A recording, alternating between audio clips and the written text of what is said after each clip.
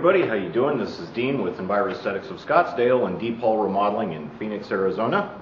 It's Sunday, beautiful day out today, and we decided to take the opportunity to take some video to show you how to breathe new life into very old, antiquated, frankly disgusting looking cabinets, furniture, drawer fronts. So sit tight and we'll be right back with you.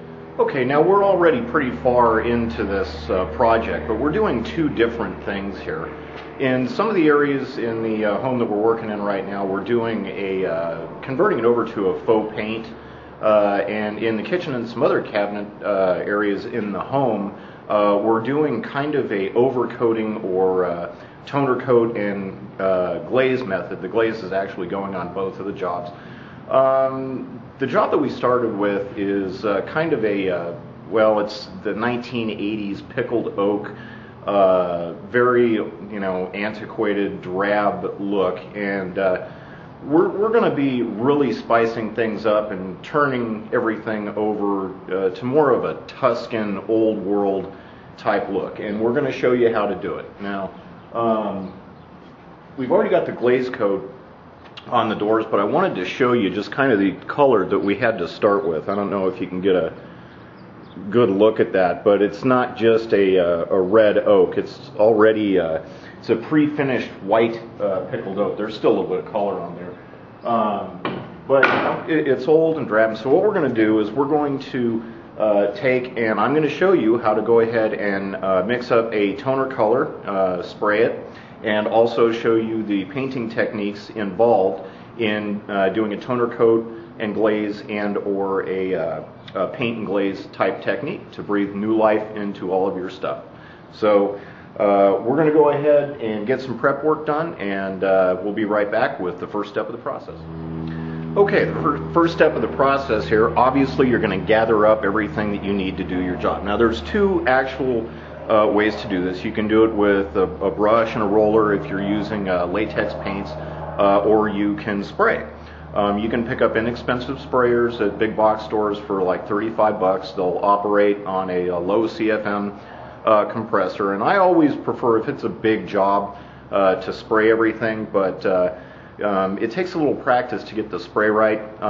Even guys that have been doing it for years like me, sometimes with the toner coats, it's a tricky balance, because if you hesitate even for 1 minute, you'll have a big clump of color, which is fixable, but you want to try to avoid that in general, and it takes a lot of practice to get the rhythm and the timing down right. And even when you do a really, really, really good toner coat job, you're still going to have areas where it's going to look cloudy from your half passes and some other areas, which is why when you do redo a kitchen or any furniture with a toner coat, you're almost always going to want to have a glaze color that will go over it to kind of wash away any effect that may have.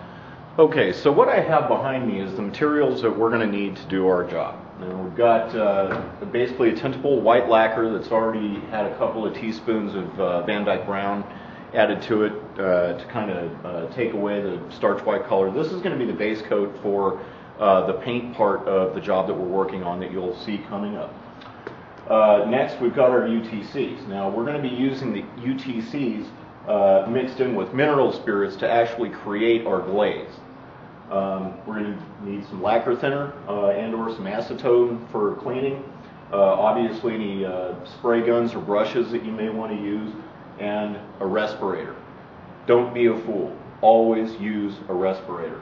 Guys like me that have been in the industry for a long time, it's real easy to get into such a hurry that you forget about it. But if you don't use it and you're not in a well-ventilated area, you're going to get real sick real fast. Trust me on that. Okay, we're also going to need a box of rags, which we have over here, and we're ready to get started.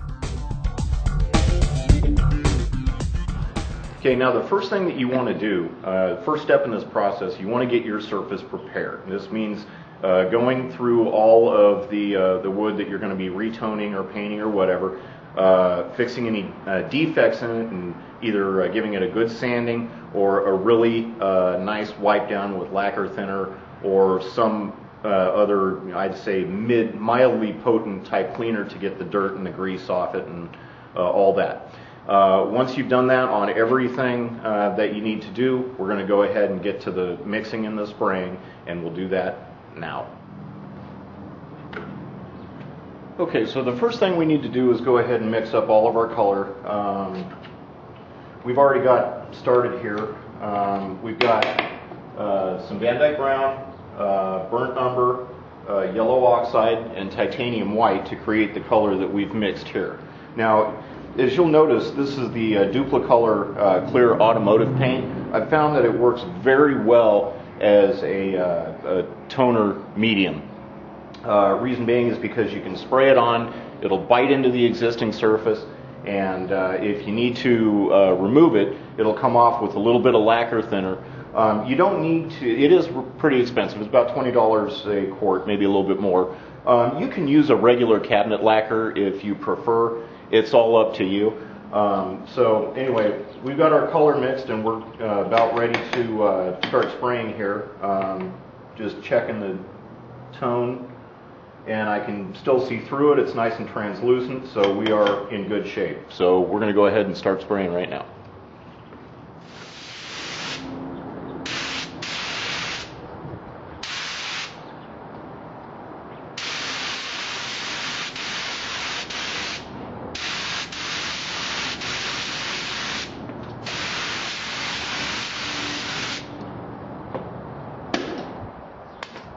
Okay, now we've gone ahead and sprayed all of our doors, and we've also done the paint on the other doors that we've mentioned previously. I just wanted to kind of give you an idea of the look that we have going here. The color coat that we put on top is very translucent, that way we still get some of the grain coming through.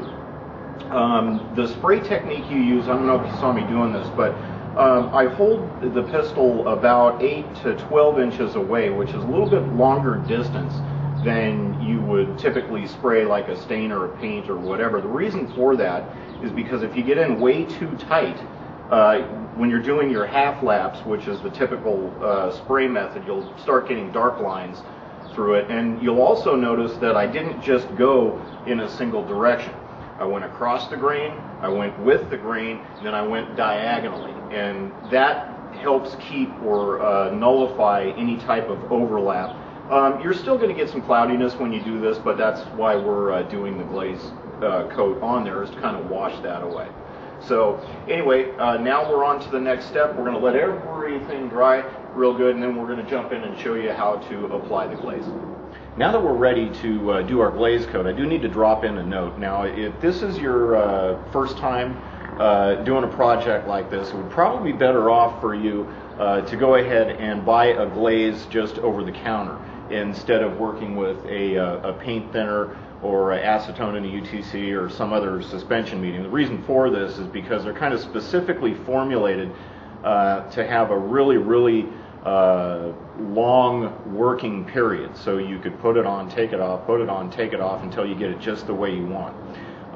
With colors that you mix yourself with, for example, with the paint thinner evaporates pretty quickly. So if you're not really super efficient and adept enough to be able to get the color on and then get what you want removed and pulled off before it dries, then definitely go that route. Okay. All right, so we're going to go ahead and readjust the camera. I'm going to go ahead and glaze the door for you, and we'll show you exactly how this is done.